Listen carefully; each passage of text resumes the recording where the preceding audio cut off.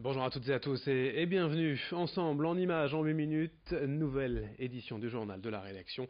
Comme toujours, vos prévisions météo pour ce week-end, globalement un temps assez perturbé, assez nuageux, parfois quelques éclaircies mais aussi parfois quelques averses. Bref, un temps variable avec des températures de saison de 5 à 7 degrés du littoral à la métropole lilloise. Vos prévisions météo, bien sûr, c'est tous les quarts d'heure sur votre chaîne d'infos régionale. On démarre dans cette édition avec l'actualité à Calais, les Gilets jaunes qui veulent poursuivre la mobilisation et cherchent surtout désormais à se structurer. Ce samedi, demain, une manifestation pacifique est organisée dans le centre-ville au départ du Chanel et vers les 4 boulevards. La manifestation a été déclarée en sous-préfecture de Calais afin de rassembler le plus grand nombre, surtout de rassurer, car certains Gilets jaunes d'origine s'étaient éloignés du mouvement ces dernières semaines à cause des casseurs étrangers au mouvement. Ce jeudi soir, une réunion d'information avait lieu chez un particulier pour discuter des prochaines actions et répéter le maître mot de la mobilisation, pacifique. Explication au micro de Louis Caillé. Sur les structurations du mouvement. Les structurations du mouvement. C'est maître mot parce que si on veut arriver à faire quelque chose de concret, quelque chose de bien, il faut se structurer parce que c'est pas en ayant deux groupes d'un côté et de l'autre de la ville qu'on va arriver à faire quelque chose. On est là tous ensemble parce que le pouvoir d'achat, on en a quasi plus. Et on veut tous ça en priorité, alors il faut qu'on se fasse entendre d'une seule voix. C'est important.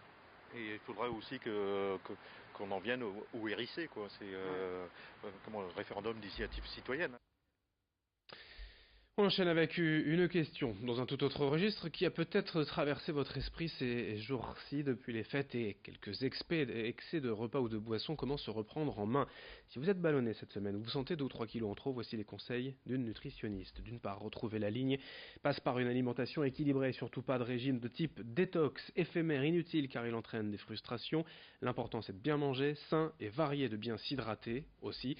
Pour cette nutritionniste, mieux vaut parfois absorber un peu de sucre ou de gras en quantité raisonnable plutôt que de tomber dans l'excès du régime et de la privation, ce qui favorise en fait plutôt les fameux effets yo-yo. Explication quant au besoin de beaucoup boire tous les jours, au micro d'Idil Gunay. Les fibres, ça peut aider, mais si on a un terrain, par exemple, de syndrome de côlon irritable, l'apport en un plat trop riche en fibres ne va pas vous aider non plus. Donc c'est pour ça que je vous disais vraiment essayer de comprendre l'origine aussi des ballonnements. Si c'était uniquement suite à ces repas copieux ou si c'est quelque chose qui est forcément présent un peu plus souvent dans l'année, quoi. L'hydratation, et c'est ce qui est le plus important. C'est aussi important que s'alimenter, hein. C'est important de passer. Là, on a peut-être fait un peu plus d'alcool, un peu plus de vin, de jus, de soda, etc. Donc revenir aussi à une hydratation plus simple, soit sous forme d'eau ou de thé, café, tisane, pourquoi pas, pour ceux qui aiment les boissons chaudes. Autre sujet développé dans cette édition, une nouvelle émission de radio dans la région. Déjà diffusée depuis plusieurs années en France, seulement depuis septembre sur les ondes de RCF Nord. Le téléphone du dimanche est diffusé chaque dimanche de 12 à 13 heures. Le concept est simple, les familles et les proches de détenus enregistrent un message qui est ensuite diffusé à l'antenne. Depuis septembre, les détenus des prisons régionales de Sequedin, Annelin, Douai et Vendin-le-Vieil ont ainsi un contact d'une nouvelle forme avec leurs proches, leurs femmes, enfants, famille ou amis. Évidemment, l'émission est soumise à quelques règles strictes, mais pour participer, il suffit d'appeler le standard de RCF au 04 72 38 20 23. Explication au micro de Vincent Vieillard.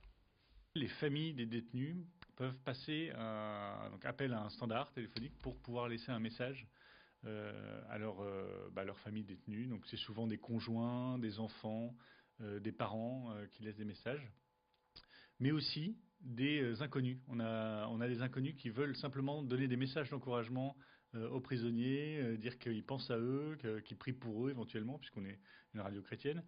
Et donc le but vraiment de cette émission, c'est de créer du lien et de rendre l'incarcération un peu plus humaine. Du sport aussi dans cette édition avec 2 beaux événements organisés ce soir et demain par le Stade Vélodrome de Roubaix. La Coupe de France sur piste et les 100 km américaines. Cette épreuve nous vient directement des États-Unis. Elle a été créée au Madison Square Garden, la grande salle de spectacle de New York. Son vrai nom d'ailleurs est le Madison. Ce n'est qu'en France qu'on l'appelle ainsi, l'américaine. La course se déroule sur 2 manches de 50 km chacune ce soir et demain, et tout autour de l'épreuve, le Stab a prévu tout un show à la mode US, des cheerleaders, une expo d'Harley Davidson et de la musique country. En parallèle a aussi lieu donc ce week-end la Coupe de France qui regroupe en fait 15 nationalités mais qui offre surtout des points de qualification pour les Jeux Olympiques de Tokyo en 2020. Explication quant au programme, au spectacle, au Stab Vélodrome de Roubaix ce soir et demain au micro de Margot Sey. On va commencer exactement 20h30, donc les gens peuvent arriver bien sûr un petit peu en avance. Et à 20h30, on envoie 8 Harley Davidson qui vont rouler sur la piste, qui vont rouler dans les virages, les unes derrière les autres, avec une musique qui va très bien. Ensuite, dès que les motos s'arrêtent, ça va durer 5-6 minutes, les motos vont descendre et c'est les derniers qui vont prendre la place. Donc les derniers, c'est des petites motos qui roulent sur la piste, mais avec un coureur derrière, donc des coureurs professionnels qui seront là. Et c'est une compétition qui va à 70-75 km/h, donc ça va très très vite. On a 1500 places dans le bâtiment, on est sur une entrée à 5 € par soir. Alors 5 € pour une personne, mais on a fait aussi un tarif, c'est 10 € les 3 places.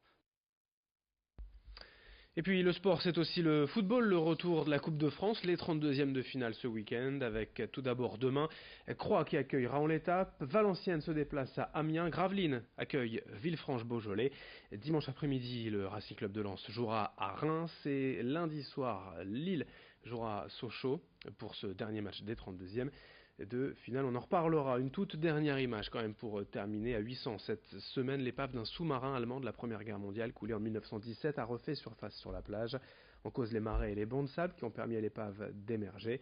Pour l'histoire tout de même, dans la nuit du 25 au 26 juillet 1917, ce sous-marin allemand se retrouve ensablé devant 800 alors qu'il vient déposer des mines devant le port de Boulogne. L'équipage abandonne le sous-marin mais est capturé par les cavaliers belges. Ces derniers s'abordent le bâtiment faisant exploser les tonnes d'explosifs à bord. Aujourd'hui, vous le voyez, il ne reste pas grand-chose. 2 gros morceaux de tôle à 200 mètres des dunes. Des images signées cette semaine. Louis Caillé à 800. Fin de cette édition. Merci à vous de l'avoir suivi. Dans un instant, d'autres infos en images. Un prochain flash dès le prochain quart d'heure.